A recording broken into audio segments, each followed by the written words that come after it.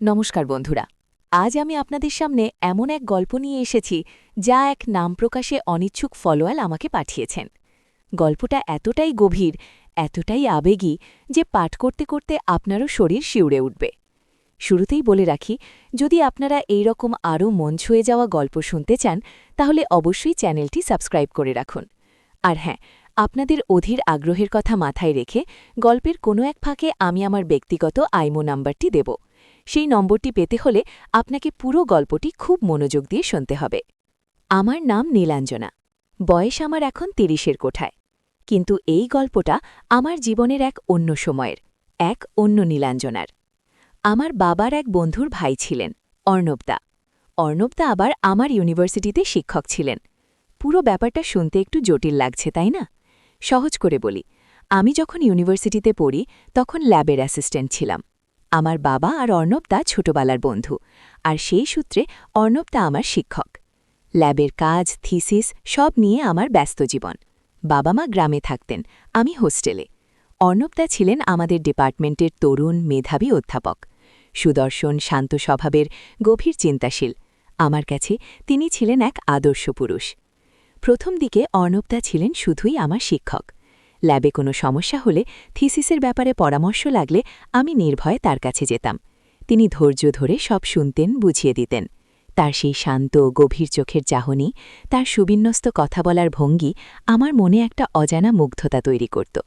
কিন্তু সেটা শুধুই গুরু শিষ্যের সম্মান, আমি নিজেকে বোঝাতাম। তবুও যখনই ল্যাবে তার সঙ্গে দেখা হতো, আমার হৃৎস্পন্দন একটু বেড়ে যেত। তার গলার স্বর শুনলে, তার স্পর্শ পেলেই, কখনো ভুল করে হাত লেগে গেলে আমার ভেতরটা কেমন যেন মোচড় দিয়ে উঠত। ব্যাপারটা আরও জটিল হল যখন অর্ণবদা আমার বাবার বন্ধুর ভাই হিসেবে আমাদের বাড়িতে আসা যাওয়া শুরু করলেন। গ্রামের বাড়িতে বাবার পুরনো বন্ধুর সঙ্গে দেখা করতে আসতেন। সেই সূত্রে আমার সঙ্গে তার যোগাযোগ আরও বাড়ল। কলকাতা এলে মাঝে মধ্যে আমাদের বাসায় আসতেন, বাবার সঙ্গে আড্ডা দিতেন আর আমার সঙ্গেও কুশল বিনিময় করতেন। এই সময়ে আমি বুঝতে পারলাম আমার এই মুগ্ধতাটা সাধারণ নয়। তার প্রতি আমার আকর্ষণটা অন্যরকম, একটা নিষিদ্ধ অথচ তীব্র আকর্ষণ। আমার মনটা তখন এক দোলাচলে। একদিকে সমাজের ভয়, বাবার সম্মান, নিজের ভবিষ্যৎ সবটাই আমার চোখের সামনে ভাসত। অন্যদিকে অর্ণবদার প্রতি আমার এই তীব্র টান, তার সান্নিধ্য আমাকে পাগল করে তুলত। ল্যাবের প্রতিটি মুহূর্ত আমার কাছে যেন এক পরীক্ষা হতো। তার সান্নিধ্যে থাকার, তাকে কাছ থেকে দেখার এক সূক্ষ্ম আনন্দ। আমি সারা দিন ল্যাবে তার অপেক্ষায় থাকতাম, তার হেঁটে যাওয়া দেখতাম, তার কথা শুনতাম। আমার সব কাজ তার দিকে তাকিয়েই হতো।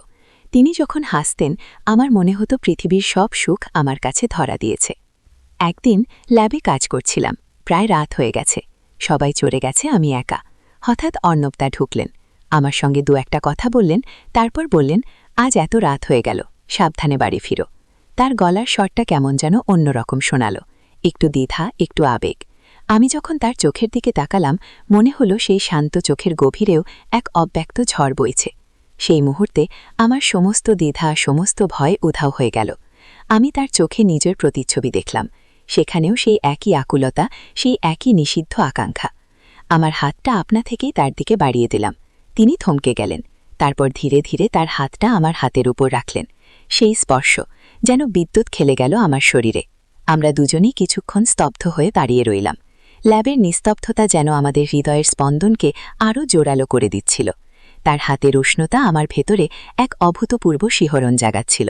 আমি তার চোখে চোখ রেখেছিলাম, আর সেখানে দেখেছিলাম এমন এক গভীর ভালোবাসা যা ভাষায় প্রকাশ করা সম্ভব নয়। তিনি আমার দিকে ঝুঁকে এলেন, তার নিঃশ্বাসের উষ্ণতা আমার গালে এসে লাগল। আমার মনে হচ্ছিল আমার হৃৎপিণ্ডটা বুঝি ফেটে বেরিয়ে আসবে।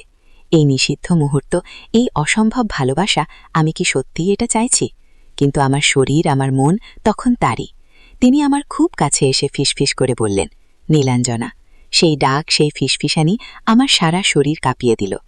আমি চোখ বন্ধ করে ফেললাম। মনে হচ্ছিল এই মুহূর্তে পৃথিবীর সব কিছু থেমে যাক, শুধু আমি আর অর্ণবদা আমাদের এই নিষিদ্ধ আকর্ষণের গভীরে ডুবে যাই। তিনি আমার কপালে আলতো করে ঠোঁট ছোঁয়ালেন। সেই প্রথম স্পর্শ, সেই প্রথম চুম্বন, যেন অনন্তকালের নীরবতা ভেঙে এক নতুন অধ্যায়ের শুরু। আমার সমস্ত সত্তা তখন তার কাছে সমর্পিত। ল্যাবের সেই নিস্তব্ধ অন্ধকার কোণ সাক্ষী রইল এক চরম মুহূর্তের, এক নিষিদ্ধ প্রেমের। তারপর কি হলো তা কি জানতে চান?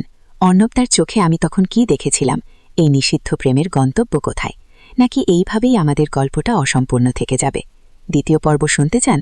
তাহলে অবশ্যই কমেন্ট করে জানান। আর হ্যাঁ, চ্যানেলটি সাবস্ক্রাইব করতে ভুলবেন না। পরের পর্বে আপনাদের জন্য রইল আরও অনেক গভীর আবেগ, আরও অনেক রোমাঞ্চকর মুহূর্ত। অপেক্ষা করুন।